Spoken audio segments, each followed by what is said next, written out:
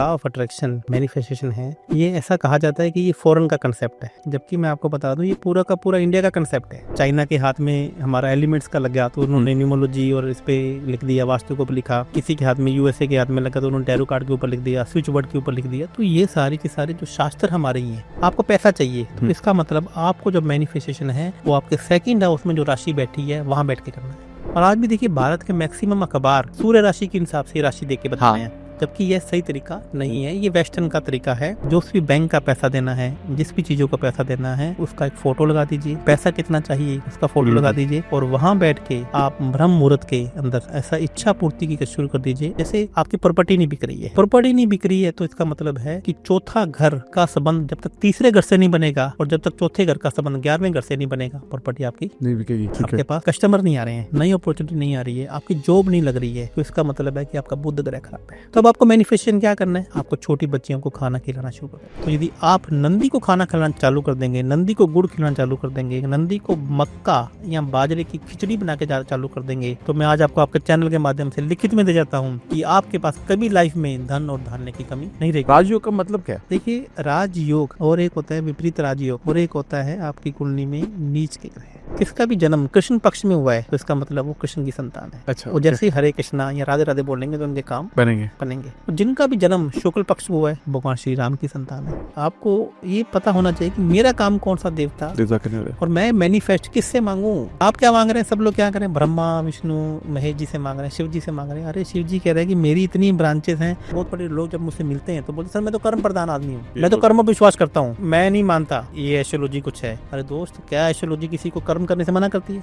अगर किसी को पैसा मैनिफेस्ट करना है या तो राशि के हिसाब से कोई एक एक समाधान आप बता सकते हैं तो कि अगर कोई किस राशि में है उसको क्या समाधान करना चाहिए या उपाय करना चाहिए ताकि उसके जीवन में पैसा आ पाए। हेलो दोस्तों, लॉ ऑफ अट्रैक्शन के एक और जोरदार पॉडकास्ट में आपका बहुत बहुत स्वागत है। और आज हम बात करने वाले इन खास टॉपिक के बारे में, आज हम पैसों के बारे में बात करेंगे।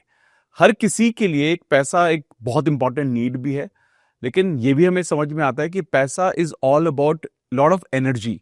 वो एनर्जी है, वो वाइब्रेशन है, लेकिन अपने जीवन में पैसे को कैसे मैनिफेस्ट किया जाए ये आज हम बात करने वाले हैं। इसके साथ साथ हम ये भी समझेंगे कि एस्ट्रोलॉजी के एंगल से हमारे जीवन में अगर पैसा नहीं है तो उसके क्या कारण हो सकते हैं, पैसा है तो उसके क्या कारण हो सकते हैं, और अगर पैसा नहीं है और हम मैनिफेस्ट करना चाहते हैं और एस्ट्रोलॉजी की मदद लेना चाहते हैं तो वो सब कैसे किया जा सकता है। और आज उसी के लिए हमारे साथ एक ऐसे एक्सपर्ट हैं जो बहुत लंबे अरसे से लोगों को मदद कर रहे हैं, लाखों लोगों की उन्होंने जिंदगी बदली है। और आज I am sure about it, बहुत सारे लोग इस कॉन्सेप्ट को समझ के, इस अंडरस्टैंडिंग को समझ के बहुत सारा पैसा अपने जीवन में मैनिफेस्ट कर पाएंगे।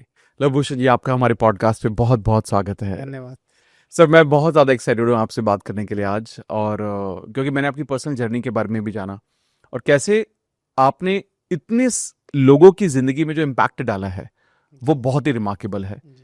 और मैंने ये भी जाना सर, आप बहुत सारी भविष्यवाणी आपने जो रिसेंटली की और फैक्ट के बेसिस पर, ऐसे नहीं कि अंदाजे से या मन में कुछ सोचकर, लेकिन आपने बहुत सारी प्रेडिक्शन की विद फैक्ट्स, विद तर्क दिया आपने उनका।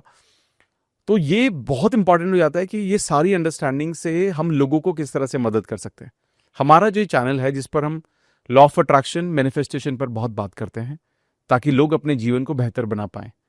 और एक जीवन को बेहतर बनाने की जब बात आती है, सपनों की बात आती है, तो लोगों के जीवन में सबसे पहले आता है पैसा कि पैसा कैसे कमाएं। और आपको एस्ट्रोलॉजी में तो महारत है ही, लेकिन उसके साथ साथ आपको इसमें भी महारत है कि एस्ट्रोलॉजी की मदद से पैसा कैसे मैनिफेस्ट किया जाए, अपने जीवन में पैसा कैसे आप लेकर आ सकते हो।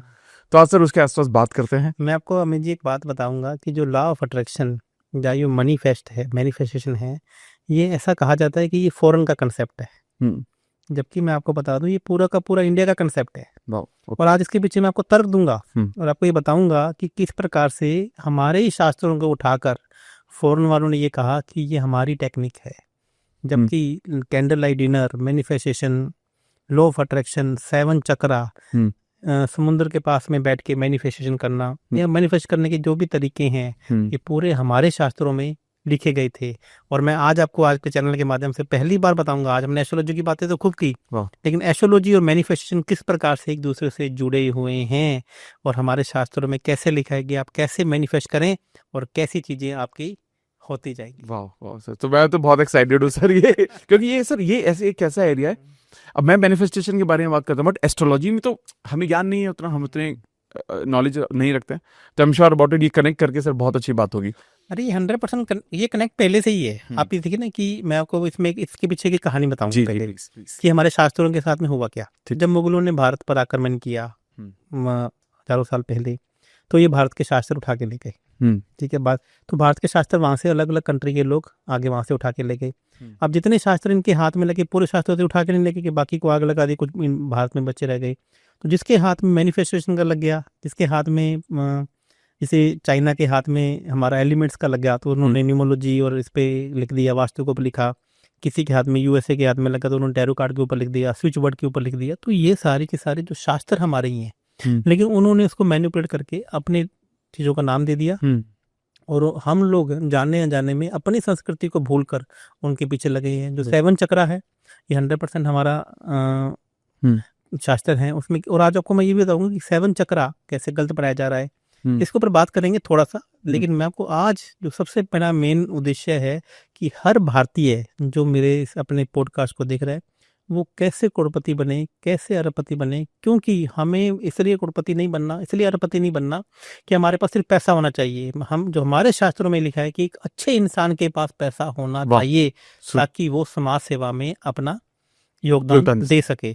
और मैं आपको एक बात बताऊं, पैसा आपको और मेरे को सिर्फ इसलिए नहीं कमाना है कि हमें अरबपति खरबपति बनना है, वो तो हमें बनना ही बनना है। साथ में हमें उन लोगों को भी ध्यान में रखना है, हम उन गौ माता की सेवा करनी है, हमें आश्रमों की सेवा करनी है, हमें पक्षियों की सेवा करनी है।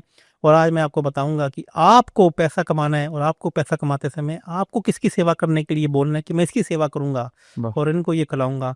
और ऊपर वाला कैसे आपके ऊपर मेहरबान होता है, क्योंकि उसको तो पैसा देना ही देना है। ब्रह्मांड के ऊपर, जो ब्रह्मांड ने ऊपर से पैसा देना है।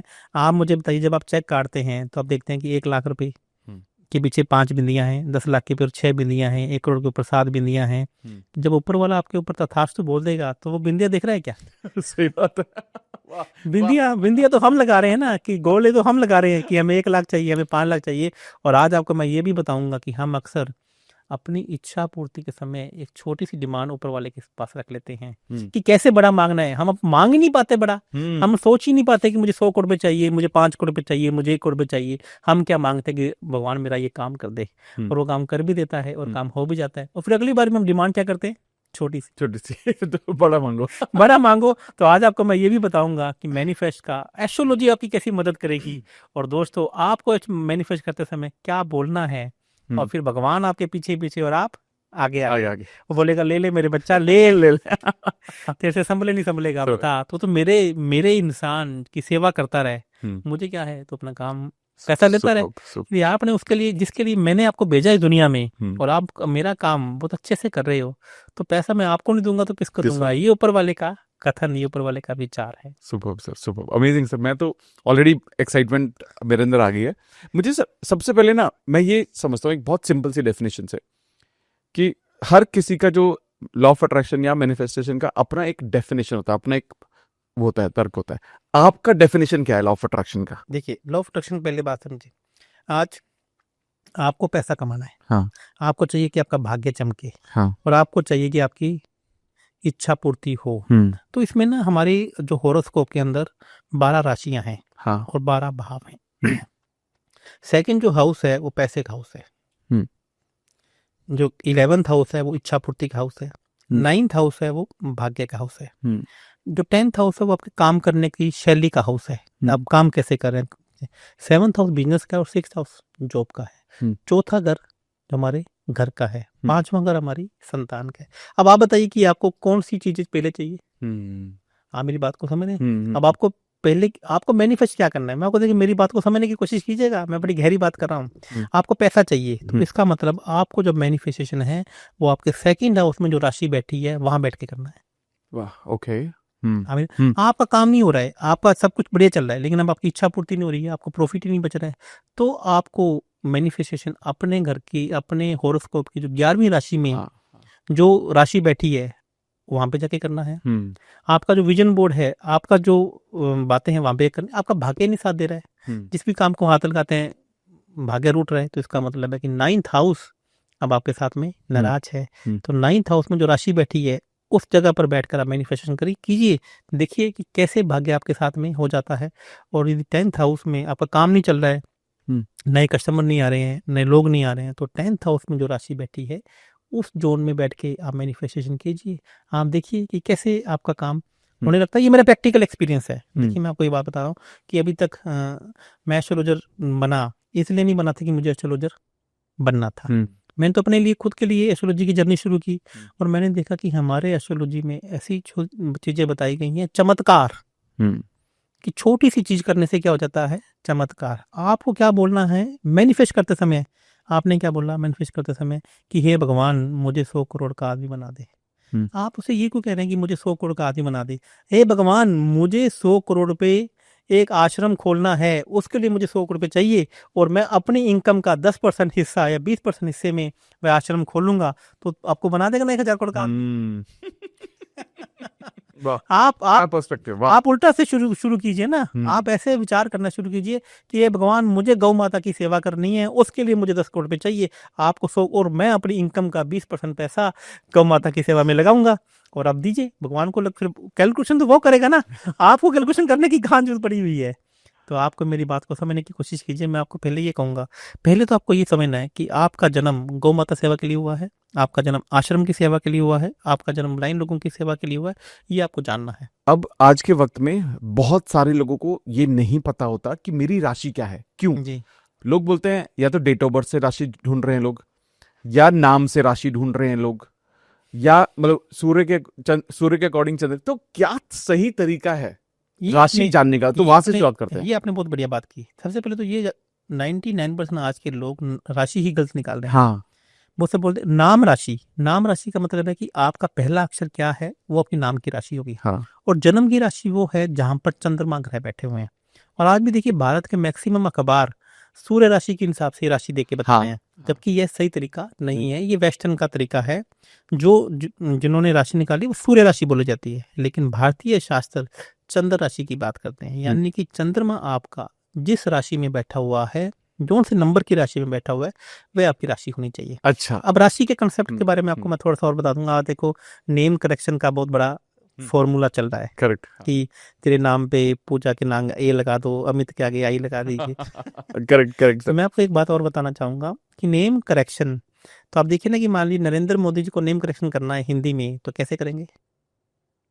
इंग्लिश की बात छोड़ दीजिए, मुश्किल है, मुश्किल क्या हो ही नहीं पाएगा। हाँ, वो आप अमित कुमार में यदि आप नेम चेंज करना चाहेंगे तो कैसे करेंगे?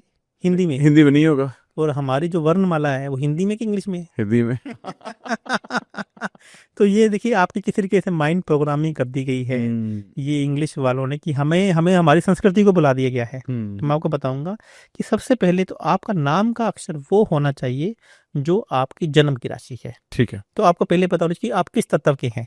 आप अग्नि तत्व के हैं, जल तत्व के हैं, पृथ्वी तत्व के हैं, वायु तत्व के हैं। तो ये तत्व भी और आकाश तत्व एक ऐसा तत्व है जो सभी में समान रूप से विद्यमान है। ठीक है। यदि आप जल तत्व के हैं तो आपका नाम का पहला अक्षर कभी भी अग्नि तत्व का नहीं होना चाहिए। जैसे आपका अमित कुमार है, तो आपकी जन्म की राशि मालूम है आपको? नहीं। चलिए इसके ऊपर बाद में। तो इसका मतलब मेष राशि आपकी नाम की राशि है। नाम की राशि मेष राशि। हाँ। और यदि गलती से आपकी जन्म की राशि कर्क हुई या फिर वृश्चिक या मीन हुई, तो इसका मतलब है कि आपने अच्छा भाग्य होने के बावजूद भी अपने भाग्य से क्या कर लिया? बैर कर लिया। समझ आप? ऐसे ही पृथ्वी तत्व और वायु तत्व आपस में शत्रु हैं। तो पहले तो आपकी नाम की राशि और जन्म की राशि मित्र होनी चाहिए या फिर सम होनी चाहिए, वह शत्रु नहीं होनी चाहिए पहले तो। और राशि कैसे देखते हैं? चंद्रमा जिस राशि में बैठा होगा वो राशि आपकी। सही, बहुत सही सर। अब आप प्लीज। अब मैं आगे शुरू करता हूँ। सबसे पहले देखिए कि आपको मैनिफेस्ट कैसे करता है, मैनिफेस्ट कैसे करना है, क्या जाकर आपको बोलना है और किस दिशा में जाकर बोलना है। अभी आप अपना चार्ट बनाइए, उसको चेक कीजिए।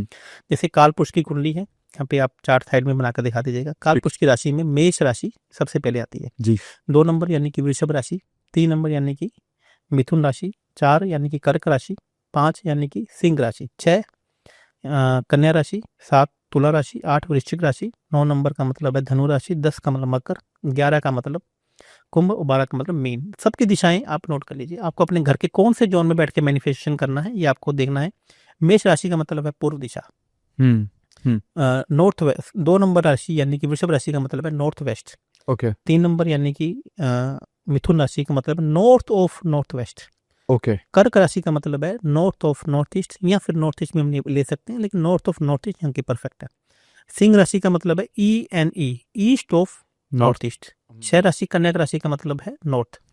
7 नंबर का है वेस्ट साउथ वेस्ट या फिर साउथ वेस्ट। ऐसे ही वृश्चिक राशि का भी मतलब है साउथ वेस्ट या SSW।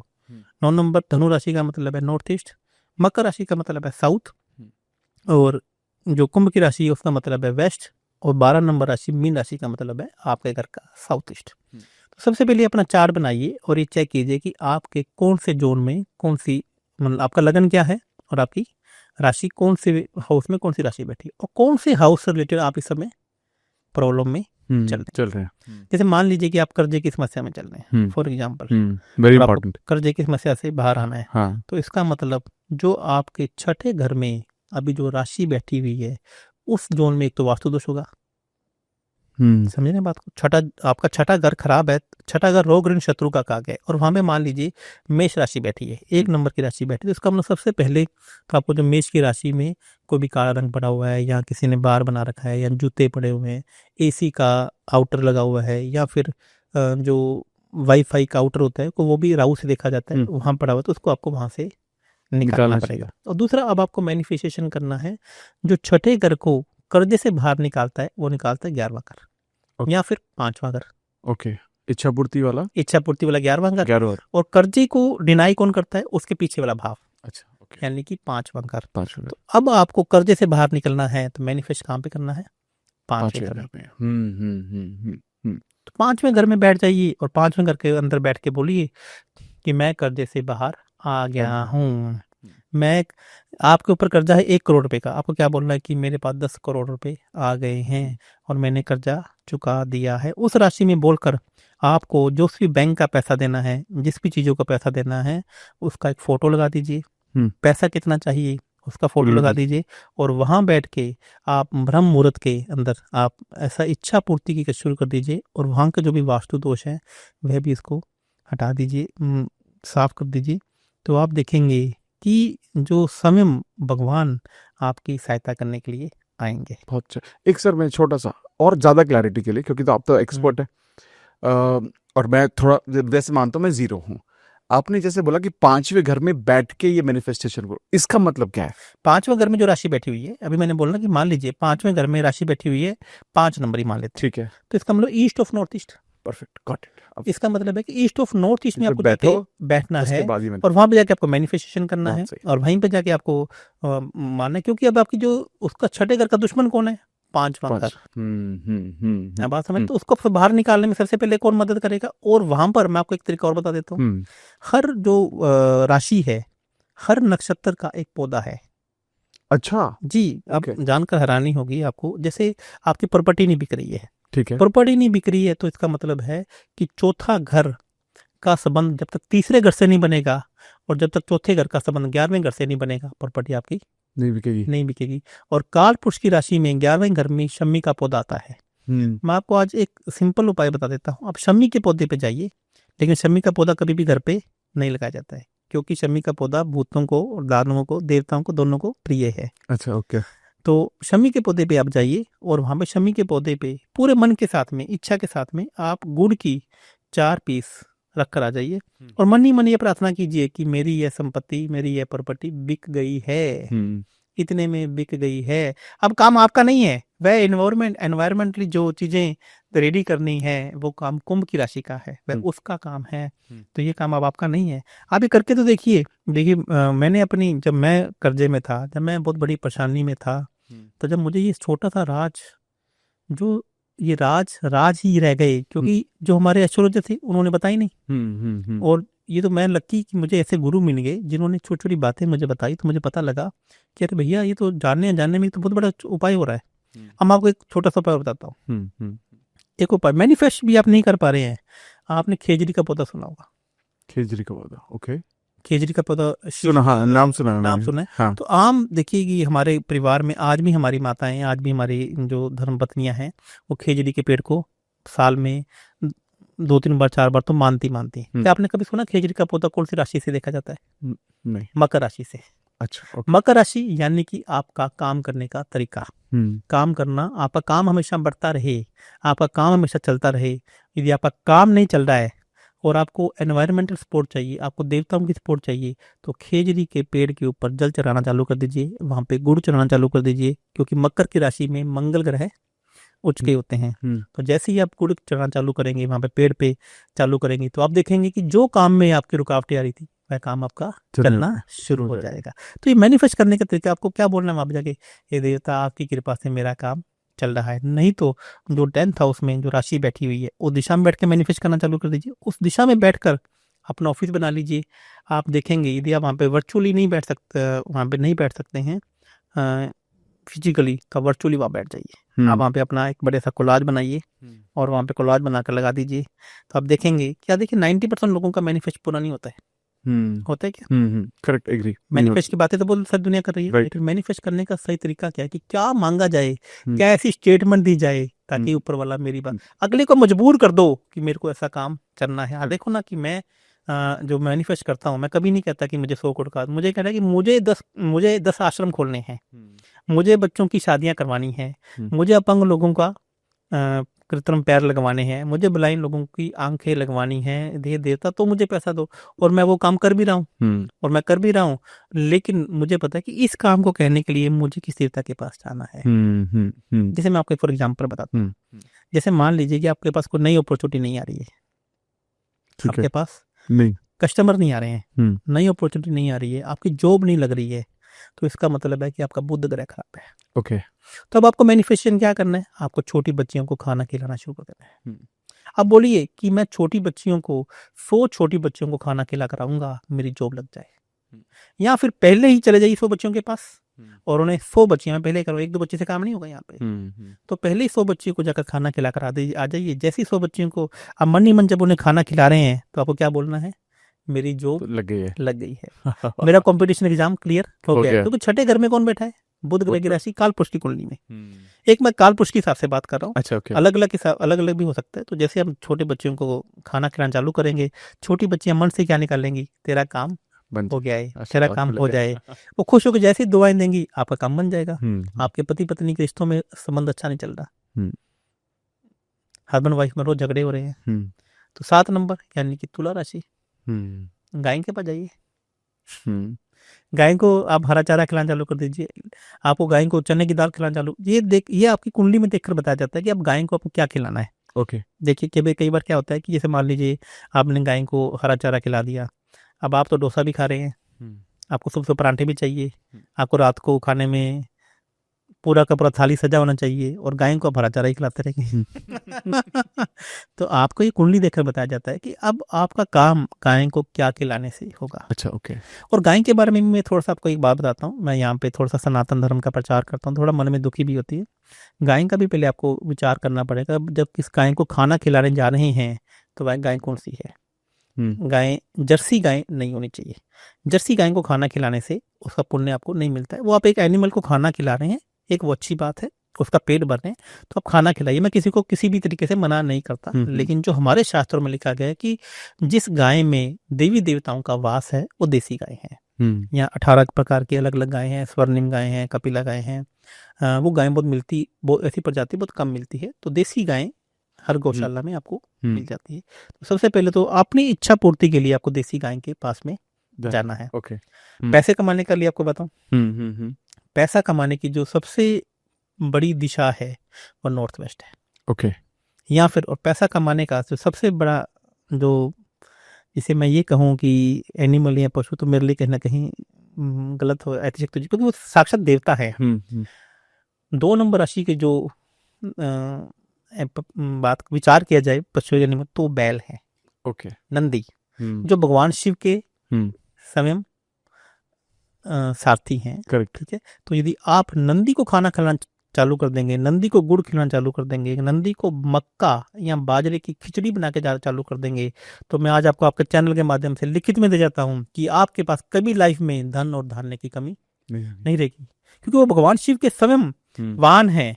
और वृषभ राशि नंदी से देखी जाती है। आज सब लोग गौ माता की सिर्फ बात करें, तो मैं आपको बता रहा हूँ, तो गाय तो इंपॉर्टेंट है ही है, गाय के साथ में नंदी। नंदी भी बहुत पूरे पोर्ट। आज देखो ना, नंदी जगह जगह सड़कों पे घूम रहे हैं, क्या हाल हो रखा है। और आप चाह रहे हैं कि पैसा आ जाए। अरे यार, प्रकृति देखो लुट रही है, क्योंकि आपको नंदी और गाय माता का जब तक आप ध्यान नहीं रखेंगे तो नेचर आपका ध्यान कैसे रखेंगे। तो और आप चाहते हैं कि मुझे ना अलग अलग जोन में नहीं समझ में आ रही है, कुछ नहीं समझ में आ रहा, तो 11th हाउस में जो आपकी राशि बैठी है, अच्छा, वो उस जोन में बैठ के मैनिफेस्ट कर दीजिए। वहां पर जो भी आपके सपने हैं वो लगाकर रख दीजिए। आप मेरे ऑफिस में आएंगे तो मैं आपको दिखाऊंगा। मैंने अपना एक विजन बोर्ड बना रखा है, मैं आपको अच्छा। मेरे पिछले 5 साल के विजन बोर्ड दिखाता हूँ, अरे वाह। कंटिन्यूसली 5 साल के। मैं जो भी वहाँ पे विजन बोर्ड लगा के रख देता हूँ, अगले साल वो चीज़ मेरी पूरी हो जाती है। Super sir, super. लेकिन मुझे मालूम है कि कौन से जोन में लगाना है, ये कौन से देवी देवता मेरे लिए काम करेंगे। अब आप मुझे बात बताइए कि आप मंदिर में जाते हैं, मंदिर, गुरुद्वारा, जो भी धार्मिक स्थान पे जाते हैं, हमें अक्सर पहले तो ये नहीं मालूम होता कि हम मंदिर में जाके क्या मांगे, मंदिर में जाकर हमें क्या रोना है, क्या जाके। अब मंदिर में जाके आप कुछ चीज मांगेंगे नहीं तो सामने वाला कह रही आया और ये चला गया। जब तक बच्चा रोएगा नहीं तो माँ भी दूध नहीं पिलाती है। सही बात।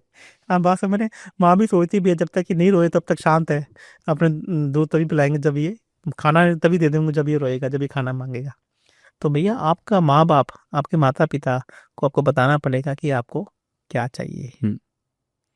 आप उसके लिए आम हैं कि आप उसके लिए खास हैं। तो यदि आप जब तक आप उसको अपना मैसेज नहीं क्लियर करोगे, मैसेज नहीं कन्वे करोगे, तो आपको कैसे देगा। आपको बड़ी गाड़ी चाहिए, मर्सिडीज चाहिए, आपको 100 करोड़ रुपए का काम चाहिए, तो पहले तो उसको आपको ये बताना है कि मेरा ऑब्जेक्टिव क्या है, कि मैं आपसे 100 करोड़ मांग रहा हूँ, मेरे बैंक में डाल दो, मैं क्या करूँगा। अब वो बोलेगा यार 100 करोड़ में आपके पास, जैसे ही सबसे पहले आप सोचिए कि मैं आपको बोलूँ, मान लीजिए कि आप मेरे देवता हैं और मैं बोलूँ कि अमित कुमार जी मुझे 100 करोड़ पे दे दो, तो अमित कुमार जी ने बोला कि मेक ए लिस्ट। ठीक है, मैं तेरे को 100 करोड़ पे दे देता हूँ, लेकिन 100 करोड़ का करेगा क्या। बहुत इंपॉर्टेंट बात। बहुत इंपॉर्टेंट बात है। तो आपने कहा कि मैं 5 करोड़ रुपए का बंगला लूंगा। ठीक है, 5 करोड़ रुपए। बड़ी गाड़ी लूंगा, लिख लो, गाड़ी की कीमत लिख ले, 2 करोड़ रुपए। बैंक बैलेंस होना चाहिए कितना, 2 करोड़ रुपए। कपड़े लूंगा कितना, 1 करोड़ रुपए। तो कितने हुए, 10 करोड़ रुपए। तथास्तु। तो बाकी तेरे को 90 करोड़ रुपए क्यों चाहिए। सही बात। क्यों चाहिए 90 करोड़ रुपए। यदि आप ऊपर वाले से ये कहते हैं कि मुझे 100 करोड़ रुपए इसलिए चाहिए कि मैं 1 लाख लोगों को रोजगार दे सकूं, वाह, मैं 10 गौशाला बना सकूं, जिगरा रखो ना अपने अंदर देने का, गिव एंड टेक का फॉर्मूला रखो ना। सब कुछ आपको चाहिए क्या, पैसे का पलंग पे रख के सोओगे क्या। जिगरा रखो ना कि मैं आश्रम की सेवा करूंगा। यदि आपके मैं आपको बोला आपका भाग्य, जैसे मेरी मीन राशि 9वें हाउस से बैठी हुई है, मैं कर्क लगन का हूँ और मेरी मीन राशि 9th हाउस में बैठी है, तो मतलब मेरा भाग्य तभी जागेगा जब मैं आश्रम में जाऊंगा। मेरी बात को समझे, मेरे को मेरी इनकम का एक हिस्सा आश्रम में देना होगा। और मेरे 11वें घर में नॉर्थ वेस्ट की राशि बैठी हुई है, ओके। यानी कि नंदी की सेवा। मैं जितनी नंदी की सेवा करूंगी मेरी इच्छा पूर्ति होगी। मैं रोज उठता हूँ सुबह और 8 से 10 नंदी को, हर ऐसा कोई दिन नहीं होता, एक नियम है मैंने अपनी लाइफ में बना रखा है कि मैं नंदी को जाकर खाना नहीं खिलाऊं। नंदी को खाना खिलाते समय मैं एक स्टेटमेंट मुंह में से निकलती है कि हे जातक, हे नंदी महाराज, जो भी जातक मेरे पास आए उसका काम होए। और मैं आपकी कृपा से इतने करोड़ का आदमी बन गया हूँ, और मुझे आपकी कृपा से मुझे ये पैसा इसलिए चाहिए कि मैं ये काम कर सकूं। वाह वाह वाह वाह। आप मेरी बात को समझ रहे हैं ना। तो नॉर्थ वेस्ट दिशा तो है ही है। आप उसके साथ में यदि वो काम भी कर लेते हैं, उन पौधों को पानी भी दे देते हैं, उन पक्षियों को भी काम कर लेते हैं, तो पूरा ब्रह्मांड आपके साथ में आपको आगे बढ़ाने में लग जाता है। तो आपको पता होना चाहिए कि अब कौन सा देवता आपकी मदद करेगा, आपको परेशानी में बाहर निकालने के लिए और आपको आगे बढ़ाने के लिए। तो ऐसा हमारे शास्त्रों में लिखा गया है कि जो आपके दुख के भाव हैं वो 6ठा, 8वां और 12वां भाव है। ओके। 6ठा घर आपको रोग ऋण शत्रु देता है, 8वां भाव आपको एकदम से समस्याएं देता है, जैसे मृत्यु तुल्य कष्ट यदि को देता है तो 8वां भाव है, और 12वां भाव आपको हॉस्पिटल के चक्कर कटवाता है। जेल खाना, पागल खाना भी यहाँ तक 12वें घर से देखा जाता है। यहाँ की विदेश जो है वह भी 12वें घर से देखा जाता है, लेकिन अच्छे रूप में। लेकिन यदि यही भाव खराब हो जाएं तो ये आपको आपकी लाइफ को खत्म कर देते हैं। अब इसी के भाव के बाद देखो कि 6ठा, 8वां और 12वां भाव त्रिक भाव है। त्रिक भाव, दुख के भाव। ओके। और एस्ट्रोलॉजी में ये भी पाराशर जी ने आगे जाके लिखा है कि ये भाव दुख भी सबसे ज्यादा देंगे और ये बाप सबसे ज्यादा सुख भी देंगे। सुख भी देंगे। एक्सट्रीम। एक्सट्रीम, अच्छा, जो भी होगा एक्सट्रीम में होगा। एक्सट्रीम होगा। ओके। अभी जब मान लीजिए कि कुंडली देखिए, छठे भाव का मालिक 12वें घर में बैठा हुआ है और उन्हें कर्जा नहीं चुकाया तो उन्हें फौरन जाके सेटलमेंट होना पड़ा, मतलब जो भी होगा एक्सट्रीम होगा। तो ऐसे ही यदि आप, उन्होंने बोला है कि यदि आप चाहते हो कि आपकी लाइफ में परेशानियां नहीं आए तो छठे, 8वें, 12वें भाव में जो ग्रह बैठे हुए हैं, जो राशियां बैठे हैं, उनके पास पहले चले जाओ। या तो आप चले जाओ, नहीं तो मैं वहां पे आपको पहुंचा दूंगा। समझने की कोशिश, कंसेप्ट क्लियर है। तो 12वां घर किसका है? अनाथ आश्रय का। 12वां घर हॉस्पिटल का, जेल खाने का, पागल खाने का। यदि आपको लग रहा है कि आपके हॉस्पिटल के चक्कर बार बार लग रहे हैं तो आपके 12वें भाव में कौन सी राशि बैठी हुई है, कौन सा ग्रह बैठा हुआ है, उन्हीं चीजों को आपको वहां पे पहुंचा देना है। ओके। समझने की कोशिश कीजिए एस्ट्रोलॉजी को। यूं नहीं कि आपने कुछ भी उठाया और आपने दे दिया। ये मैं आपको एग्जांपल से बताता हूँ। ये 12वें घर में सूर्य बैठे हुए हैं तो इसका मतलब है अब आपको मेडिसिन पहुंचानी है किसी भी आश्रम में। लेकिन अब जो मेडिसिन होगी वो लिक्विड नहीं होगी, वो पत्ते होंगे, केमिकल फॉर्म में होगी। ओके। आप समझ रहे हैं मेरी बात को? अब ऐसा नहीं कि आपने कुछ भी उठा के दे दिया, आपने मेडिसिन पहुंचा दी, केमिकल पहुंचा दिया, आप पहुंचा सकते हैं आश्रम में। अब आपके यही 12वें घर में चंद्रमा बैठा है तो अब आपको लिक्विड दवाई पहुंचानी है, कफ एंड कोल्ड की दवाई पहुंचानी है। क्योंकि अब आपको नींद की समस्या है, आपको नींद नहीं आती। चेक कर लीजिए जिनके भी 12वें घर में चंद्रमा, उनको नींद नहीं आती है, उनकी नींद, उनका माइंड डिस्टर्ब रहता है, उनका माइंड समस्या में रहती है, उनको पैसे की तंगी हमेशा लाइफ में लगी रहती है। तो आप जब तक अपनी इनकम का एक हिस्सा या चावल या दूध या फिर जो लिक्विड जो दवाई है वो जब तक वहां पे नहीं पहुंचाएंगे आपका काम नहीं होगा। और 12वें घर में शनि बैठा है, आपके पैरों में दर्द है, आपके घुटनों में दर्द है और आपकी कमर में दर्द है। अब देख लीजिए पॉडकास्ट के माध्यम से कुछ देखो, पाराशर जी ने बोला कि कुछ भविष्यवाणियां तो आप मोटा मोटा देखकर बता सकते हैं और कुछ भविष्यवाणियां आपको एस्ट्रोलॉजी को देखकर ही बतानी है। और यदि आपको पर्टिकुलर किसी बंदे के बारे में, जातक के बारे में बात करनी है तो आपको उसका चार्ट को बहुत ही माइन्यूटली भी देखना होगा, रीड करना पड़ेगा। देखो मैं आपको बताता हूँ, जैसे 12 हाउसेस होते हैं, 9 ग्रह हैं तो 12 इंटू 9 108। एक हर ग्रह का नवमांश होता है, हर ग्रह का। तो यानी कि एक हाउस का भी नवमांश है, एक हाउस को भी 9 पार्ट किए जाते हैं। तो 108 को 9 से गुना करेंगे, फिर 108 को 12 से गुना करेंगे, तो इस प्रकार से 14,000 प्रेडिक्शन हम सामने वाले की कर सकते हैं। 14,000 प्रेडिक्शन हम तकरीबन 14,000 के करीब कैलकुलेशन आती है जो हम जातक के साथ जब सामने बैठते हैं उसकी प्रेडिक्शन ऐसे कर सकते हैं। तो अभी मैंने जैसे 12वें घर में आपका शनि बैठा है तब आपको अस्थमा की दवाइयां डोनेट करके आनी है। ओके।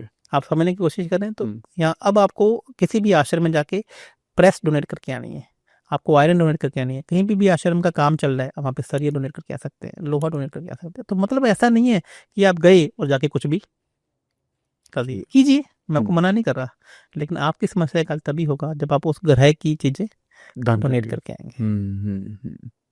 वाह वाह वाह। मतलब आप, मतलब आई थिंक दान, जैसे आप शुरू से ना ये बहुत इंपॉर्टेंट बात आप कवर कर रहे हैं कि सेवा, दान, ये बहुत ज्यादा इंपॉर्टेंट है। लेकिन आज के युग में ज्यादातर लोग इसीलिए लगे पड़े हैं कि यार मेरे पर खुद ही कर जाए, मैं क्या ही सोचूं। मैं मतलब लोग सोच भी नहीं पा रहे हैं आज के वक्त में, तो है ना। तो शायद मुझे लगता है कि जैसा आपने बोला ना कि शायद लोगों को भगवान से मांगना भी नहीं आ रहा। जी देखिए, पहले तो ये बात समझिए कि आप जितने भी लोग कर्जे में हैं, मैंने आपको क्या बोला कि आप लोग कर्जे में हैं और आप लोन नहीं चुका पा रहे हैं, तो कर्जा पहले है क्या? पहले तो आप ये समझ लीजिए कि कर्जे में कौन नहीं है, पहले तो उसका एक नाम देख लेते हैं। ठीक है। क्या मुकेश अंबानी के पास कर्जा नहीं है? होगा। अरे होगा क्या? मुझे लगता है कि 25 लाख, मैं भी उसके ऊपर मैंने एक वीडियो भी बनाया था कि पूरे इंडिया का यदि सबसे ज्यादा लोन किसी पे है तो या तो अंबानी पे, या तो अडानी पे। हाँ हाँ हाँ, करेक्ट है, बैंक से, करेक्ट, बिल्कुल सही। या फिर अभी देखो जितने बिरला पे हैं, टाटा पे है। यदि बैंक ने अब सबसे ज्यादा लोन किसी को दे रखा है तो किसको दे रखा है? इनको दे रखा है। तो इसका मतलब पहले तो लोन को परिभाषा समझने की कोशिश कीजिए। लोन का मतलब क्या है कि आपको रीपेमेंट करना है। हाँ। और आप रीपेमेंट नहीं कर पा रहे हैं। यदि आपका काम चल रहा है, आपकी इनकम है 10 लाख रुपए महीना और आपकी EMI आ रही है 1 लाख रुपए महीना, तो वह लोन थोड़ना है, वो तो बिजनेस का पार्ट है। आपको तो फाइनेंस चाहिए। हाँ हाँ हाँ। इसलिए मतलब बैंक ने आपकी मदद की है कि आपका पैसा बहुत अच्छे से आप बढ़ा पाए। लेकिन अब आपकी इनकम ही 80,000 रुपये है और अब आपकी किस्त 1 लाख रुपए है तो वो आपके ऊपर कर्जा है। कर्जे की पहले परिभाषा समझिए ना वाह। कि कर्जा क्या है। Correct correct. तो इसका मतलब कुछ ना कुछ ग्लोबली एनवायरनमेंट अब आपके एंटी हुआ पड़ा है, आपके खिलाफ हुआ पड़ा है कि जो आपकी इनकम को तो नहीं बढ़ने दे रहा है, आमदनी अठन्नी, खर्चा रुपया। रुपया। तो इसका मतलब कोई ना कोई ग्रह, कोई ना कोई प्लेनेट, कोई ना कोई चीजें आपके पीछे पड़ी हुई हैं। तो यदि आप पहले ही उसके पास चले जाते हैं तो फिर एनवायरमेंटली ऐसे संजोग बनने शुरू हो जाते हैं कि वो कर्जा आपका चुकना शुरू हो जाता है।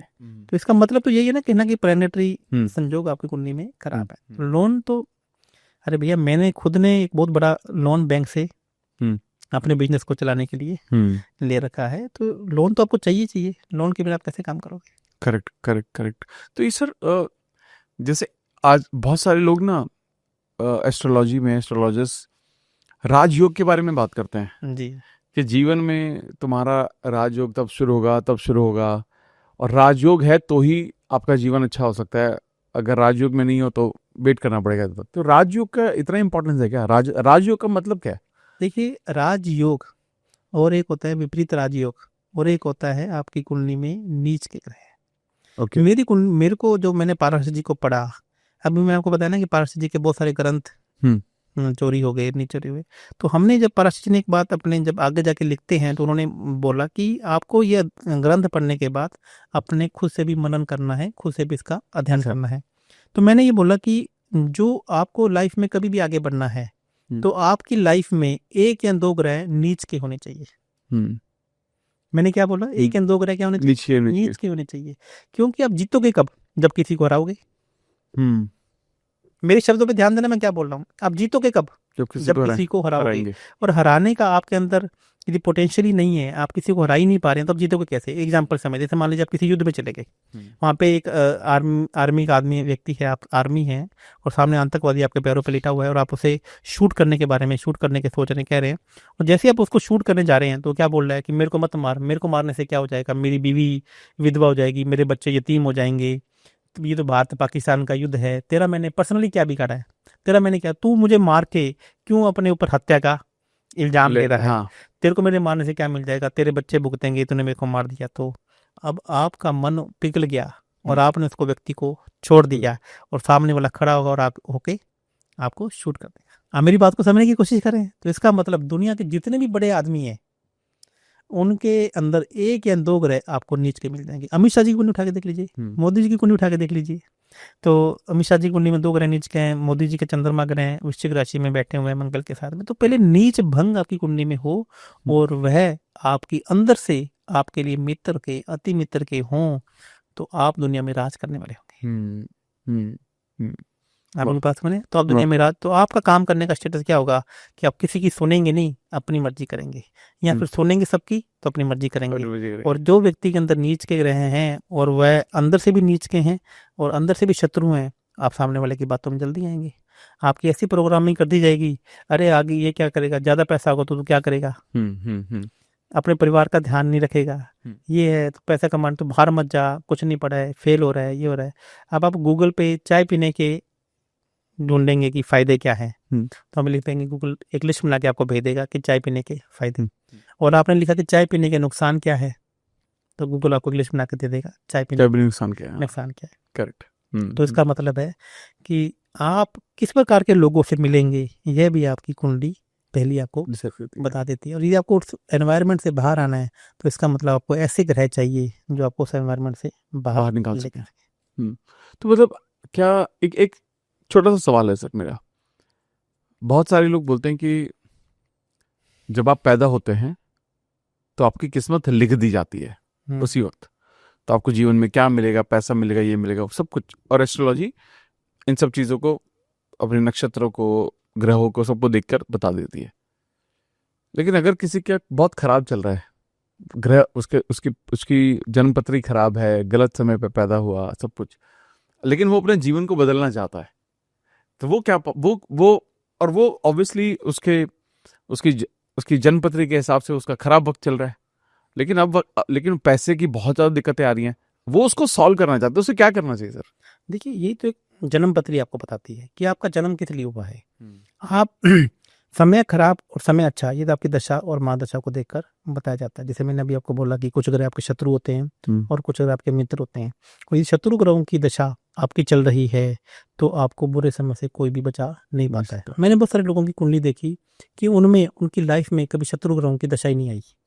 अच्छा, ओके। और कभी कभी मैं कुछ लोगों ऐसी देखो लोगों की कुंडली देखता हूँ जहाँ पर शत्रु ग्रहों की दशा ही कंटिन्यूसली ही चली जा रही है। अब इसको भी देखने का दो तरीके होते हैं कि दशा और महादशा को कैसे देखा जाए।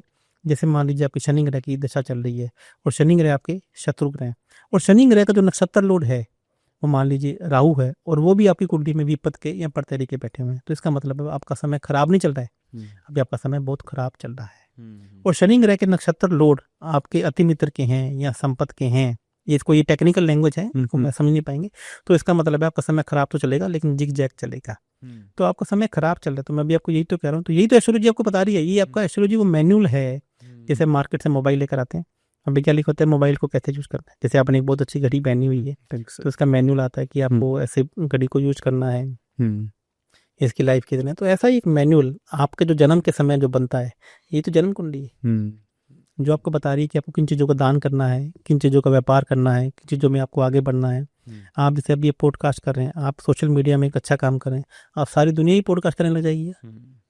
तो इसका मतलब हमारे शास्त्रों में काम को बांटा गया है कि आप इस फील्ड में जाइए, आप इस फील्ड में जाइए, आप इस फील्ड में जाकर परफॉर्म कीजिए। आपको इस फील्ड इसकी सेवा करनी है। आप सारी की सारी दुनिया लग गई गाय माता को चारा खिलाने के लिए। हो सकता है किसी को बिल्ली को दूध पिलाना हो सकता है किसी को चूहों को खाना खिलाना हो, किसी को सांपों को खाना खिलाना। तो मतलब ये व्यवस्था बनाई गई है पूरी की पूरी हमारे के शास्त्रों के अंदर कि यदि आप पहले ही वहां चले जाते हैं तो वो आपसे दुश्मनी नहीं रखते हैं। अब लेकिन इसके लिए मुझे लगता है सर गाइडेंस की भी जरूरत है ना। तो सारा कुछ तो गाइडेंस है ना, मतलब लोगों के लिए हम मतलब क्योंकि काफ़ी चीज़ें बहुत टेक्निकल होती हैं। जैसे आपकी बहुत सारी बातें मैं बहुत क्लियरली समझ पाया, लेकिन कुछ जो थोड़ी सी टेक्निकल है उसके ऊपर मैं थोड़ा और ध्यान दूंगा तो शायद समझ पाऊंगा और अच्छे से।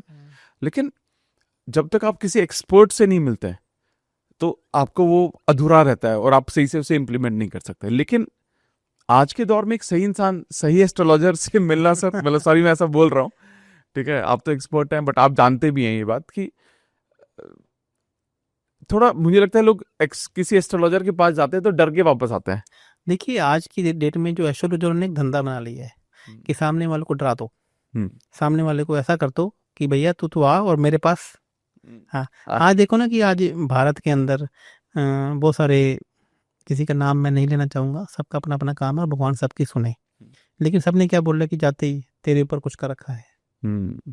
एस्ट्रोलॉजी तो आती नहीं है, काम तो आता नहीं है, तेरे ऊपर कर रखा है, तेरे ऊपर तेरी भाभी ने कुछ कर दिया, तेरी इसने कर दिया, तेरे पर नजर लगी हुई है। मैं ये नहीं कहता कि आपकी कुंडली में नजर नहीं लगती है, लेकिन आप लॉजिक से बात कीजिए ना। आप देखिए ना कि सब कुछ क्या सारी दुनिया ने कर दिया, अमित जी आ गए, तेरे परिवार ने तेरे ऊपर कुछ ना कुछ कर रखा है, और या फिर सामने वाले को क्या बोलेंगे कि भैया तू मुझे तो बता दे, मैं सबको सामने वाले को बांध देता हूँ। हाँ, आप मेरी बात को समझने की कोशिश कीजिए। हम सामने वाले की वाइब्रेशन को चेंज कर सकते हैं, हम एनवायरमेंटली कुछ चीजें ऐसे कर सकते हैं। जैसे मैंने आपको पहले बताया कि कोई व्यक्ति आपका दुश्मन बना हुआ है, कोई व्यक्ति आपको आपकी जमीन पे बैठा हुआ है, वो जमीन नहीं छोड़ रहा है, तो हम इस प्रकार से कुछ एनवायरमेंट समीकरण चेंज कर सकते हैं कि वो माहौल ऐसा चेंज हो जाए कि उसको मैसेज आए कि यार मुझे अब बहुत हो गया, आप इसको छोड़ो। लेकिन ऐसा नहीं हो सकता कि आप सब कुछ ये है, ये उसकी विद्या का एक पार्ट है, उसकी विद्या का एक हिस्सा है। जो भारत में देखो ना, सब कुछ महंगी महंगी बड़ी बड़ी बिंदियां और ये सब लगा के ऐसे दिखाया जा रहा है कि पता नहीं हम लोग तुम्हारी क्या ही कर देंगे। और 2-3 लोग तो कह रहे हैं कि हम लोग एस्ट्रोलॉजी, हमारी इंट्यूशन अच्छी हम प्रेडिक्शन इंट्यूशन से करते हैं, तो फिर बाबा बन जाइए ना। एस्ट्रोलॉजी तो गन्ना से चलती है, इंट्यूशन से थोड़ी चलती है। आप मेरी बात को समझ रहे हैं?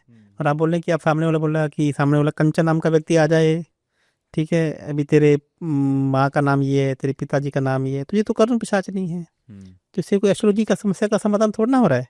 आपने एक सिद्धि हासिल कर, तो इसका मतलब सिद्धि तो है ना। पहले आपके पास समझने की बात की, इंट्यूशन है, अच्छी बात है, लेकिन इसका एस्ट्रोलॉजी से तो लिंक नहीं है ना।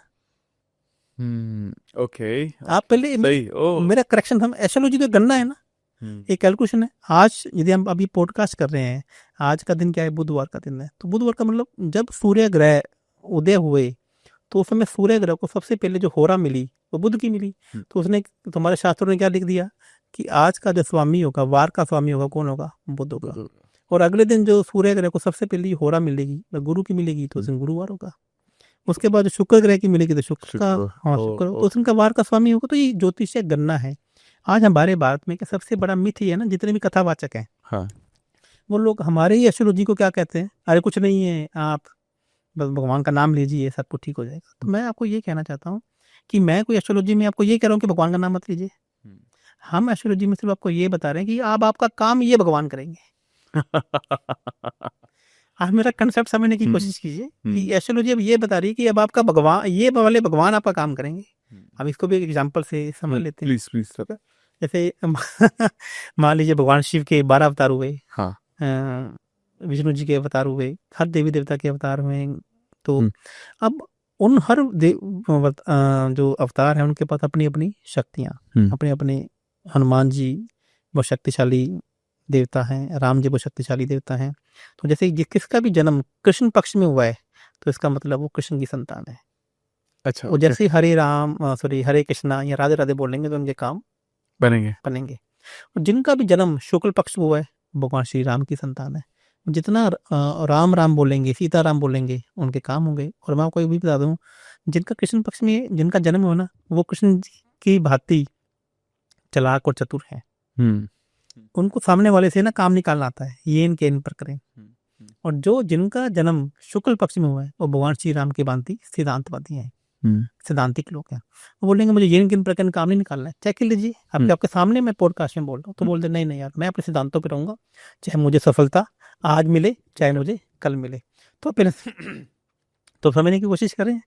तो ये हमारे चीजों में लिखा। दूसरा, कौन सा देवता आपकी हेल्प करेगा काम करने में। ओके, अब देखिए एक एग्जाम्पल से आपको बताता हूँ कि शनि महाराज जी भगवान शिव के बहुत बड़े उपासक, करेक्ट, ठीक है। रावण भी भगवान शिव के बहुत बड़े उपासक थे। हाँ। जब मेघनाथ का जन्म हुआ तो उन्होंने सभी के सभी 9 ग्रहों को बंदी बना के मेघनाथ के 11वें घर में बिठा दिया। उसमें शनि महाराज जी बहुत चालाक और चतुर ग्रह थे, तो उन्होंने अपना एक पांव आगे बढ़ा दिया। तो रावण ने उनको बंदी बनाकर कुएं में उल्टा लटका दिया। अब वहां पे उन्होंने तपस्या करनी शुरू कर दी शिव की। उन्होंने शिव जी को बोला कि मुझे यहाँ से आप छुड़वाएं। तो भगवान शिव ने बोला कि भैया मैं तेरी यहाँ पे कोई मदद नहीं कर पाऊंगा, क्योंकि तेरे से बड़ा उपासक रावण है, तो मैं तेरी यहाँ पे कोई समस्या का हल नहीं कर पाऊंगा। तो शनि महाराज जी बोले तो फिर मेरी सहायता कौन करेगा? क्या तेरी सहायता मेरा जो 12वां रुद्र अवतार है हनुमान, वो जब लंका जलाने आएगा, जब सीता जी का हाल पूछने आएगा, तब वो आपको बाहर निकालेगा। तो शनि जी बोले तब तक मेरा क्या होगा? तब तक तेरे को यही उल्टा लटका रहना पड़ेगा क्योंकि तेरे ये कर्म है। तो बात को समझने की कोशिश किया, तब हनुमान जी आए, तब उन्होंने शनि महाराज जी को वहां से आजाद कराया। तो ये समझने की कोशिश की, आपका काम कौन सा देवता करेंगे ये आपको पता होना चाहिए। हो सकता है कि हनुमान जी करें, हो सकता है वो भैरव जी करें, माँ काली करें, या फिर विष्णु जी करेंगे, या फिर आपका काम ब्रह्मा जी करेंगे, या फिर इनके बहुत सारे अवतार हैं। जैसे जो मेरे देवता हैं, अब आपको जानकर हैरानी होगी, जो मेरे अति मित्र देवता हैं वो अश्विनी कुमार है।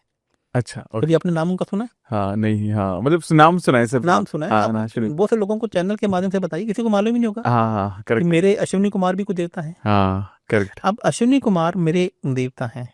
अश्विनी कुमार मेरे वो देवता हैं, जब भी मैं उनसे मांगता हूँ, मैं हमेशा अपने मोबाइल पर भी उनकी फोटो लगा के रखता हूँ। मैं आपको अपने चैनल में दिखाता हूँ, ये मेरा फोटो है, ये आपको कैमरे में दिख रहा हो। अच्छा, हाँ, ठीक है। अश्विनी कुमार जी, जिन्हें सूर्य के पुत्र भी कहा जाता है, 2 अश्विनी कुमार हैं ये। तो ये मेरे अश्विनी, तो मैं जब भी मेरी समस्या मेरे को कोई आ जाती है तो मैं सबसे पहले कहाँ जाता हूँ? अश्विनी कुमार जी के पास जाता हूँ। तो अश्विनी कुमार से बोलता हूँ इनका काम क्या है कि अब कौन सा देवता आपका काम करेगा, ये अपने बताते हैं। उस देवता के सपने जाते हैं, मेरा काम मुझे करा के ला देते हैं। हाँ मेरी बात हाँ ऐसे मेरा पौधा है जो कुचला का पौधा है। अच्छा, ओके। ऐसे मेरा जो मेरा एनिमल घोड़ा है। तो ऐसी प्रकार से आप समझ रहे हैं, ऐसे ही जल का जंतु है, एक वृक्ष है, आपको मैंने भी बताया। आपको ये पता होना चाहिए कि मेरा काम कौन सा देवता करने वाला, और मैं मैनिफेस्ट किससे मांगू। बहुत खूबसूरत, वाह वाह। ये तो आप क्या मांग रहे हैं? सब लोग क्या करें? ब्रह्मा विष्णु महेश जी से मांग रहे हैं, शिव जी से मांग रहे हैं। अरे शिव जी कह रहे हैं कि मेरी इतनी ब्रांचेस हैं, आपको अब इंडिया को कौन संभाल रहा है? नरेंद्र मोदी। अब नरेंद्र मोदी ने आगे 27 डिपार्टमेंट बना दिए, अलग अलग मंत्रालय हैं। आपको काम है रेलवे डिपार्टमेंट का, आप जा रहे हो मोदी के पास, हर हर मोदी हर हर मोदी। अरे भैया रेलवे डिपार्टमेंट का काम है, पहले रेलवे के पास तो जाओ, वही तो आपस मसले हल करेगा। वहां से काम नहीं हो रहा तो आप सुप्रीम पावर के पास जाओ, और आपने गलती से सुप्रीम पावर को एप्लीकेशन दे दी, वो सीधा कहाँ भेजेगा? जाओ फॉरवर्ड टू रेलवे डिपार्टमेंट। तो पहले तो आपको ये पता होना चाहिए कि आपकी समस्या क्या है और आपको कौन से डिपार्टमेंट के पास जाना है। हो सकता है अभी आप हेल्थ की समस्या में परेशान हो सकता है आप रिलेशनशिप इशू में परेशान हो सकता है आप कर्जे की समस्या से परेशान हो। मैंने आपको बोला, हो सकता है कि आपका कोर्ट का जजमेंट आपके फेवर नहीं आ रहा हो, फेवर में नहीं आ रहा हो। ओके, तो जजमेंट का हाउस कौन सा है? 9th house. ओके, कोर्ट का रोग ऋण शत्रु का हाउस है तो छठा घर है, और उसकी जजमेंट का जो हाउस है वो 9th हाउस है। Okay, okay. तो बड़ा इंपॉर्टेंट है, एस्ट्रोलॉजी को समझना बहुत इंपॉर्टेंट, मतलब कि समझने की कोशिश करो। लोगों को मालूम ही नहीं कि जजमेंट का हाउस कौन सा है। हाँ, करेक्ट। ठीक है, आपको वीजा नहीं आ रहा, अच्छा आपकी किसी के साथ में आपको चुनाव की टिकट नहीं मिल रही, तो मतलब 3rd हाउस। जितना भी डॉक्यूमेंट है, चीजें भी देखी जाती हैं, वो 3rd हाउस से देखी जाती हैं। आपका इंपोर्ट एक्सपोर्ट का काम नहीं चल रहा, आगे 9th हाउस। आपको 10th के बाद कौन सा सब्जेक्ट लेना है? आपको कॉमर्स लेना है, आर्ट्स लेनी है, या फिर मेडिकल लेना है कि नॉन मेडिकल लेना है, और फिर आगे MBBS के बाद आपको कौन सी ब्रांच लेनी है? आगे 9th हाउस।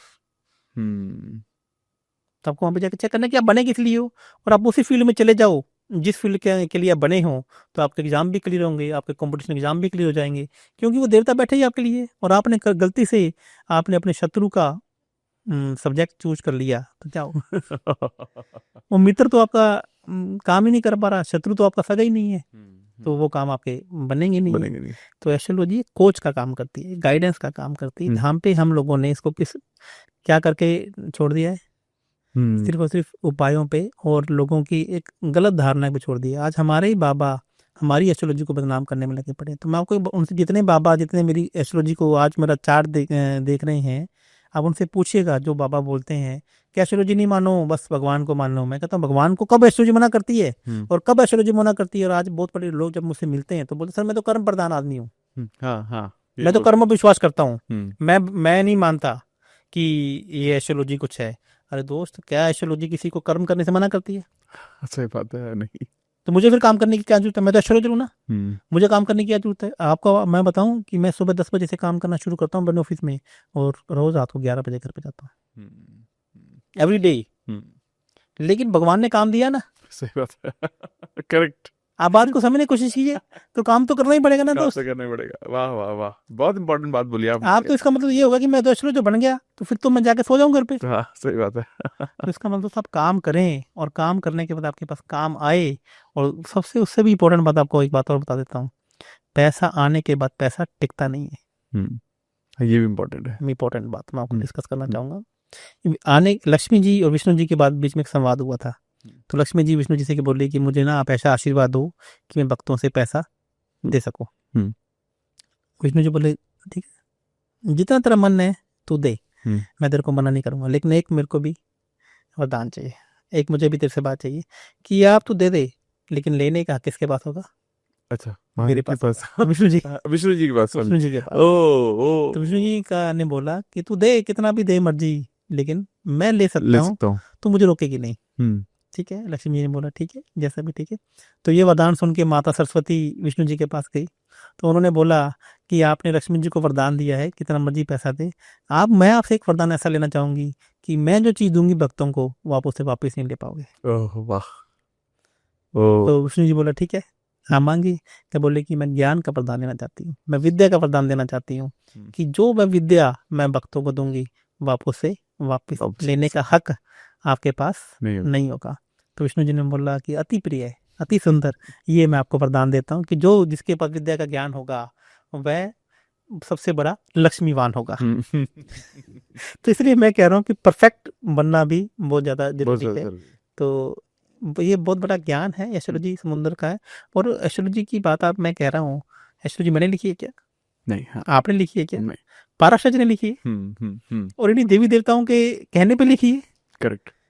तो और ये एस्ट्रोलॉजी, ये तो हमारा और आपका भाग्य है दोस्त कि हम एस्ट्रोलॉजी और वास्तु को फॉलो करने लगे हैं। नहीं, और ये मैं कहीं ना कहीं कहूँगा कि मुगलों का कहीं ना कहीं हमारे बीच में बहुत अच्छा रोल रहा कि वो हमारे शास्त्र उठा के ले गए और वो सभी पूरे वर्ल्ड में फैल गए और कुछ हमारे हाथ में भी लग गए। नहीं तो आम जनता को तो पहले से दूर रखा गया था।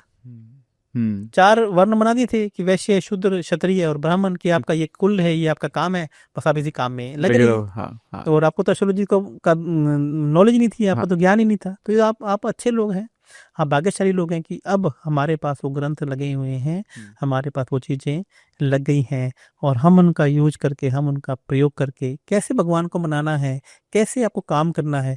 दोस्त, मेहनत तो करनी पड़ेगी। कहीं आप मेरे पास आकर ये सोचें कि मैं आऊं और आपको बोलूं ये ले बाबा बच्चा जहाँ तेरा काम हो जाएगा। ऐसा कुछ नहीं है, ये एक साइंस है और साइंस की तरह इसको लीजिए। आप देखो ना, बच्चे स्टार्टअप करते हैं, 90% स्टार्टअप फेल हो रहे हैं। करेक्ट।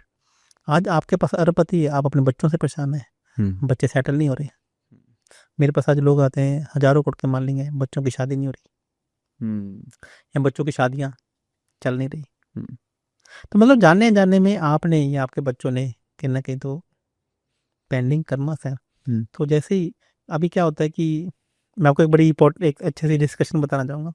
मैं एक फ्लाइट में जा रहा था, तो लोगों ने मेरे हाथों में रिंग्स देखी, माला देखी। तो जैसे अभी आपने बोला कि आप आज बहुत सुंदर लग रहे हैं तो मुझे उन्होंने बोला कि अरे आप कुछ पर्सनालिटी लग रहे हैं, कि एक बड़ा आदमी मेरे साथ में बैठा था, तो आप आगे आगे बिजनेस क्लास में सफ़र कर रहे हैं, तो आप भी बड़े हैं और सामने वाला भी बड़ा ही होगा। तो उन्होंने मुझसे पूछा कि इतना रिंग विंग आपने पहन रखी है, क्या करते हैं आप, कुछ मंत्री हैं क्या? मैं कहा नहीं सर, मैं तो एक एस्ट्रोलॉजर हूँ।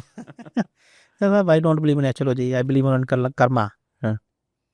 मैंने ठीक है 2-4 मिनट वो चुप रहे, उनको मैंने कोई भाव नहीं दिया। 2-4 मिनट के बाद आए कि आपने कुछ मुझसे, मैंने आपको आपके प्रोफेशन के बारे में इतना बात बोली, तो आपने मुझे कुछ रिप्लाई नहीं किया। मैंने कहा जब आपका बिलीव ही नहीं है तो मेरे को आपको बिलीव दिलाने की जरूरत कहाँ पड़ी है? करेक्ट। मैं क्यों चलकर बताऊं कि भैया तू बिलीव कर? तेरा आयुर्वेदा पे बिलीव है, आपका होम्योपैथी पे बिलीव है, आपका फार्मास्यूटिकल पे बिलीव है, ये तो आपका माइंड सेट है ना। करेक्ट। हो सकता है कि आपका कौन सी मेडिसिन पे बिलीव है और आपका एस्ट्रोलॉजी पे बिलीव नहीं है, तो इसका मतलब ये थोड़ी कि आप देवता को नहीं मान रहे। करेक्ट, ये बात सही है। इसका मतलब एस्ट्रोलॉजी का मतलब ये थोड़ा ना कि आप देवता को नहीं मान रहे। और ठीक है, बोला यार थोड़ा सा ना, यार बंदा बात तो सही कह रहा है। तो मुझे बोला कि क्या आपके अंदर बहुत एटीट्यूड है। मुझे बोला, मैंने कहा सर आपको ऐसा लग रहा हो तो मैं क्षमा चाहता हूँ यदि मैंने आपसे कुछ बात ऐसी कह दी। मैं तो इतने से ही कह रहा हूँ कि एस्ट्रोलॉजी एक साइंस है, इसको मानना या नहीं मानना तो वो आपका विवेक है। ये एक साइंस है, एस्ट्रोलॉजी गलत नहीं है, एस्ट्रोलॉजर गलत हो सकता है। मैंने कहा एस्ट्रोलॉजी को आपको नहीं मानने का, इसमें हो सकता है कि इसमें आपकी गलती ना हो, आपका एक्सपीरियंस अच्छा नहीं रहा हो। सही बात है। आपका हो सकता है एक्सपीरियंस अच्छा नहीं रहा हो, आपके बच्चों का नहीं अच्छा रहा हो या आपके पेरेंट्स का अच्छा नहीं रहा हो, और आपने कोई वीडियो देखा हो तो हो सकता है वो आपको सुनने के अच्छा नहीं लगा हो, आपको लगा हो कि यहाँ पे सब कुछ ऐसे ही बोला जा रहा है। तो मैं आपसे इतनी सी रिक्वेस्ट है कि आप इसको माने चाहे नहीं माने, लेकिन प्लीज आप साइंस को गलत मत बोलिए। मानना है नहीं मानना आपका। तो he was very impressed to me. तो उन्होंने बोला कि चलिए मैं आपको अपना चार्ट दिखाता हूँ। मैं देख रहा हूँ कि पहले तो शुरुआत कैसे की कि मैं मानता नहीं और चार्ट मोबाइल में चार्ट तो मैं आपको अमित जी हैरानी की बात बताऊं, मैंने जैसे ही देखा तो मैंने उनका कैलकुलेशन किया। तो मैंने कहा आप जो यहाँ पर काम के लिए आए हैं, ये काम आपका 15 दिन से पहले नहीं बनेगा और आपको एक बार लगेगा कि ये काम आपका नहीं बनेगा। तो कहता मैं किस काम के लिए आया हूँ? मैं कहा जो भी आप जिस भी काम के लिए आए हैं, ये 15 दिन से पहले आपका काम बनना मुश्किल है। और ये आपके बहुत बड़े आदमी की कुंडली है, और ये बिंदिया तो आप लगा लो कि 1000 करोड़ के आदमी को तो सर, लेकिन ये कुंडली बहुत अच्छी है, बहुत स्ट्रॉन्ग कुंडली है। लेकिन कितनी स्ट्रॉन्ग कुंडली हो और आपके पास 100 करोड़ पे आपको किसी को पेमेंट करना हो तो 90 करोड़ तो होता है, लेकिन 10 करोड़ के लिए आपकी जान निकल जाती है। Totally shocked. कहता ये आपने कैसे बताया? ये तो मैंने आज तक बड़े से बड़े धुरंधरों को दिखा दिया, उसने मुझे नहीं बताया। और मैं कहा सर जो 10 करोड़ पे आपके पास कम हो रहे हैं ना, आप उसी को मैनेज करने के लिए आप यहाँ पे आए हैं। और ये बंदा आपको 15 दिन से पहले यस नहीं हो रही। करेगा और आपको ऐसा लगेगा यहाँ से मना हो गई है। कहता है आचार्य जी मैं क्या काम करूँ कि ये बंदा मुझे यस कर दे। हम्म। तो मैंने बोला कि आप कहीं पे भी जाके किसी भी आश्रम में जाके एक पानी का हैंड पंप लगा दीजिए। वाह। क्या बोला मैं कहा आप जाके पानी का हैंड पंप लगा दीजिए और जैसे ही सब पानी चलेगा आपकी जो पानी की समस्या है ये दूर हो जाएगी। दूर हो जाएगी, वाह, खत्म हो वाह, जाएगी। वाह। तो उसने मेरा नंबर ले लिया, मुझे बोला कि आप मेरा नंबर ले लीजिए। मैं कहा मुझे आपका नंबर मत दीजिए, आप मेरा नंबर ले लीजिए, आपका काम हो जाए तब मुझे बताना। फ़ोन कीजिए, ठीक है, क्योंकि आपको तो असल में विश्वास नहीं है और मुझे आपका नंबर देके मुझे आपको जताना नहीं है कि मैं एक अच्छा एस्ट्रोलॉजर हूँ या मुझे कोई काम आता है। आप खाली जो भी आपका मन हो तो आप हैंड पंप लगा दीजिए और उसके बाद आपका काम होने लग जाए तो मेरा नंबर आपने ले लिया है, आप मुझे फ़ोन कर लेना। आप देखेंगे ही सो सरप्राइज, अपने हैंड पंप लगा दिया होगा, एक या 2-3 लगा दिए होंगे, लगाए होंगे। उसका फ़ोन आया 7 दिन के बाद, Acharya ji where are you, मैं आपके लिए आपकी टिकट बुक करवा रहा हूँ, I want to sit with you. तब से हमारी एक लाइफ की जर्नी शुरू हुई और आप मानेंगे कि मैंने उससे 15 दिन पहले ही मैंने एक मैनिफेस्ट किया कि भगवान मुझे ना एक ऐसे आदमी से मिला जो 10,000 करोड़ का मालिक हो। ही वाज 10,000 करोड़ मालिक। और मैं आपको उसका आज ओनर का नाम भी मैं बता देता हूँ अपने चैनल के माध्यम में, उसका नाम मेरी वेबसाइट पे लिखा हुआ है। Okay okay. वाह। मेरे क्लाइंट की नाम आप जाएंगे तो मेरी जब वेबसाइट दिखेंगे मैं हमारी हैप्पी क्लाइंट्स, तो उनका नाम मैंने अपनी वेबसाइट के ऊपर भी लिखा हुआ है। और उनका 1 साल का पहले का आप टर्नओवर निकाल के देख लीजिएगा और 1 साल के बाद की आप टर्नओवर निकाल के, गूगल पे सब कुछ है ना, वाह वाह वाह। तो उनका निकाल के देख लीजिएगा। तो ऐसे हजारों एग्जाम्पल्स हैं। तो लास्ट में मैं एक बात और छोटी सी बात को मैं बताना चाहूँगा, मैंने उनको कुछ नहीं बताया तो बोला कि ये सब इतना ही आसान था क्या। He was so surprised कि सब इतना बड़ा काम मेरा रुका हुआ था, ये इतना ही आसान था क्या। तो मैंने कहा आप ये देखिए ना कि आपने जो नलका लगाया, आपको मैंने क्या बोला था कि नलका पानी कौन सा होना चाहिए था, जमीन के नीचे का, क्योंकि आपका जो चंद्रमा था वो वृश्चिक राशि में बैठे हुए थे 8वें भाव में। तो आप जमीन के नीचे का पानी जब आपके हाथ से लोग पिएंगे तो जितना वो नलका चलेगा उतना आपका उसका दुष्प्रभाव कम होगा। वाह। वो जो ग्रह आपके पीछे पड़ा हुआ था, आपको पैसे की तंगी जरा बार बार परेशान नहीं कर रहा था, तो मैंने आपको ये चंद्र साई का उपाय बताया और वो देवता आपके फेवर में आ गया और आपने तुरंत वो काम किया। तो जमीन के नीचे का पानी चला नलका और आपने पिया। तो मैं कहा इतना ही आसान है, इतना ही आसान है, इससे मुश्किल नहीं है एस्ट्रोलॉजी।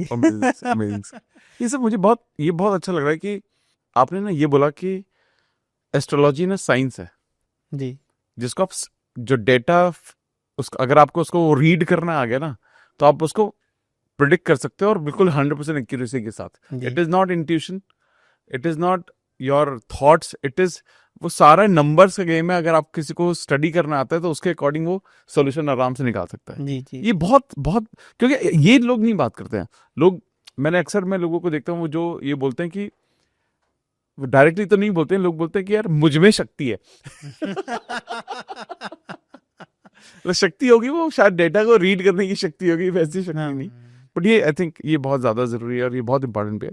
तो sir before we end this, मैं ना कुछ चीजें चाह रहा हूँ आपसे, थोड़ा जल्दी में हम ये अगर कवर कर सकते हैं कि अगर किसी को पैसा मैनिफेस्ट करना है या तो राशि के हिसाब से कोई एक समाधान आप बता सकते हैं तो, कि अगर कोई किस राशि में है उसको क्या समाधान करना चाहिए या उपाय करना चाहिए ताकि उसके जीवन में पैसा आ पाए। तो भी जैसे आपने पूछा कि मैनिफेस्टेशन का जोन कौन सा होना चाहिए, तो यदि किसी की मेष राशि लगन में है तो उसका जो मैनिफेस्टेशन का जोन होगा वो वेस्ट होगा।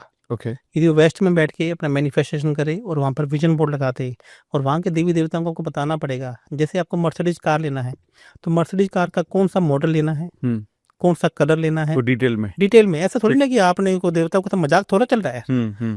आपको कितना पैसा बैंक बैलेंस में चाहिए और आपको ये भी बताना होगा कि आप पैसा कमाने के बाद किस समाज सेवा में लगाएंगे। लगाएंगे, ताकि पूरा देवता को भी क्लियर हो, जैसे आपके साथ एक डील हो रही है, करेक्ट, सिंपल है सर, सही आप एक एग्रीमेंट कर रहे हैं ऊपर वाले के साथ। करेक्ट है। ठीक है। हाँ। चलिए, अब यदि किसी का वृषभ लगन है तो साउथ की दिशा अब आपके लिए मैनिफेस्ट की दिशा है, और साउथ की दिशा में कोई ब्लू रंग नहीं होना चाहिए, वहाँ पे पानी नहीं होना चाहिए, वहाँ पे आप देसी घी का एक दीपक भी जला सकते हैं अपने विजन बोर्ड के साथ में, तो ये और ज़्यादा मैनिफेस्टेशन बढ़ जाएगा। यदि किसी का मिथुन लगन है तो पूर्व दिशा, पूर्व दिशा में अब आपका मैनिफेस्टेशन जोन होना चाहिए, और वहाँ पे किसी प्रकार के जूते या बाथरूम या वाईफाई नहीं होना चाहिए। ओके। और यदि वो कर्क लगन है तो आपका नॉर्थ वेस्ट जोन, ठीक है, नॉर्थ वेस्ट जोन में आपकी घर की एंट्री नहीं होनी चाहिए, जितनी वहाँ पे विंडोज होंगी उतना आपके लिए अच्छा माना जाएगा, और नॉर्थ वेस्ट दिशा में बैठ कर आप मैनिफेस्ट करेंगे या काम करते हैं तो आपके लिए बहुत अच्छा होगा।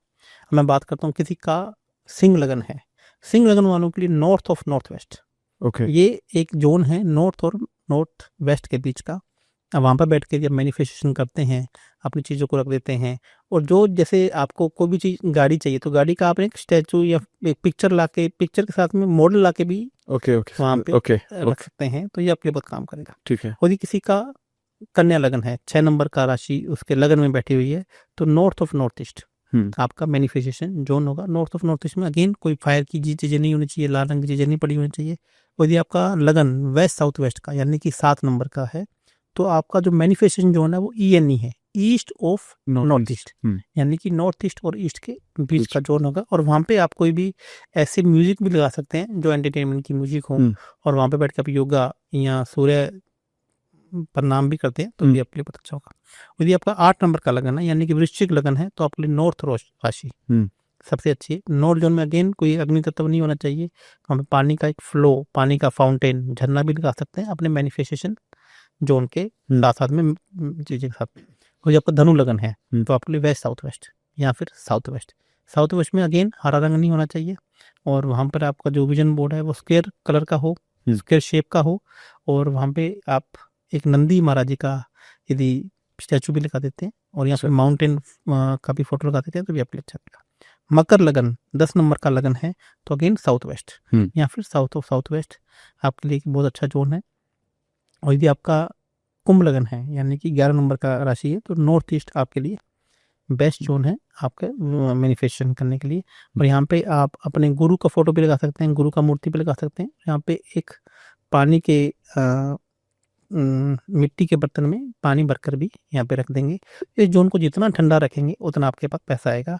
और लास्ट, यदि आपका मीन लगन है तो आपके लिए साउथ का जोन यानी कि मकर राशि यानी कि साउथ का जोन आपके लिए आपका मैनिफेस्टेशन जोन है। वहाँ पे किसी भी प्रकार से काला रंग नहीं होना चाहिए, वहाँ पे किसी भी प्रकार से एंटी एलिमेंट वहाँ पे साउथ का नहीं होना चाहिए। और वहाँ पे साउथ की दिशा में आप पंचमुखी फोटो भी हनुमान जी की लगा देते हैं, या एक लायन या शेर भी लगा देते हैं, तो देखेंगे कि आपकी दहाड़ हमेशा सामने ऊपर के ऊपर परस्ती गरजती रहेगी।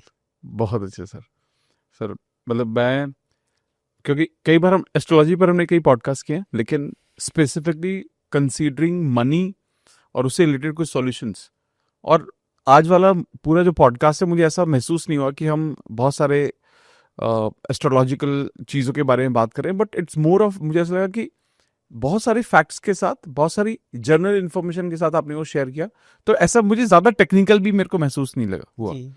ये कोई भी इंसान आज के टाइम में अपना तो चार्ट खुद बना सकता है इंटरनेट से, और इसके रेफरेंस के साथ उसको आसानी से अंडरस्टैंड कर सकता है। तो इसके लिए सर बहुत बहुत धन्यवाद आपका। And I am sure about it, जितने भी लोग इस पॉडकास्ट को देख रहे हैं उन सबको बहुत सारी क्लैरिटी मिली होगी। और बेसिक चार्ट कैसे बनाना है इंटरनेट से मिल जाएगा, लेकिन इसके साथ साथ मैं सर का भी डिटेल में डिस्क्रिप्शन में डाल दूंगा।